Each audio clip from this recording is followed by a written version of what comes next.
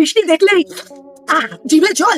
কিন্তু হঠাৎ করে পাশ থেকে কেউ ফিস ফিস করে বলে উঠলো, বেশি মিষ্টি খাস না, ডায়াবেটিস হবে। আচ্ছা, সত্যিই কি বেশি মিষ্টি খেলে ডায়াবেটিস হয়, নাকি আমাদের শরীর আমাদের সাথে বেইমানি করছে? চলো আসলটা আজকে উদ্ঘাটন করা যাক। আমাদের শরীরের প্রত্যেকটা কোষ বা সেল হলো একটা ঘর, যার দরজায় তালা লাগানো থাকে। এই ঘরের এনার্জি হলো গ্লুকোজ বা চিনি। এই চিনি যখন রক্তের রাস্তায় ঘোরে, তখন তাকে ঘরের ভেতরে ঢোকানোর জন্য একটা চাবির দরকার হয়। সেই চাবিটার নাম হলো ইনসুলিন। ইনসুলিন হলো ওই ঘরের পারফেক্ট দারোয়ান, যে তালা খুলে চিনিকে ভেতরে ঢুকতে দেয়। গন্ডগোলটা ঘটে দুভাবে।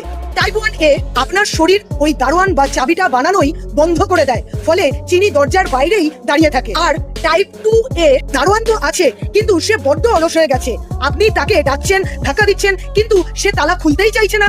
ফলাফল, রক্তের রাস্তায় চিনির ট্রাফিক জ্যাম লেগে যায়, আর ডাক্তারবাবু বলেন আপনার ডায়াবেটিস হয়েছে। তাই ডায়াবেটিস মানে শুধু মিষ্টি খাওয়া নয়, এটা হলো আপনার শরীরের সিস্টেমের একটা ছোট্ট ঝামেলা। তুমিও কি এই মিষ্টি শত্রুর সাথে ফাইট করছো? তাহলে কমেন্টে অবশ্যই জানাবে। আর এরকমই মজাদার ধোলাই মার্কা তথ্য জানতে হলে অবশ্যই সাবস্ক্রাইব করতে হবে, তাই না?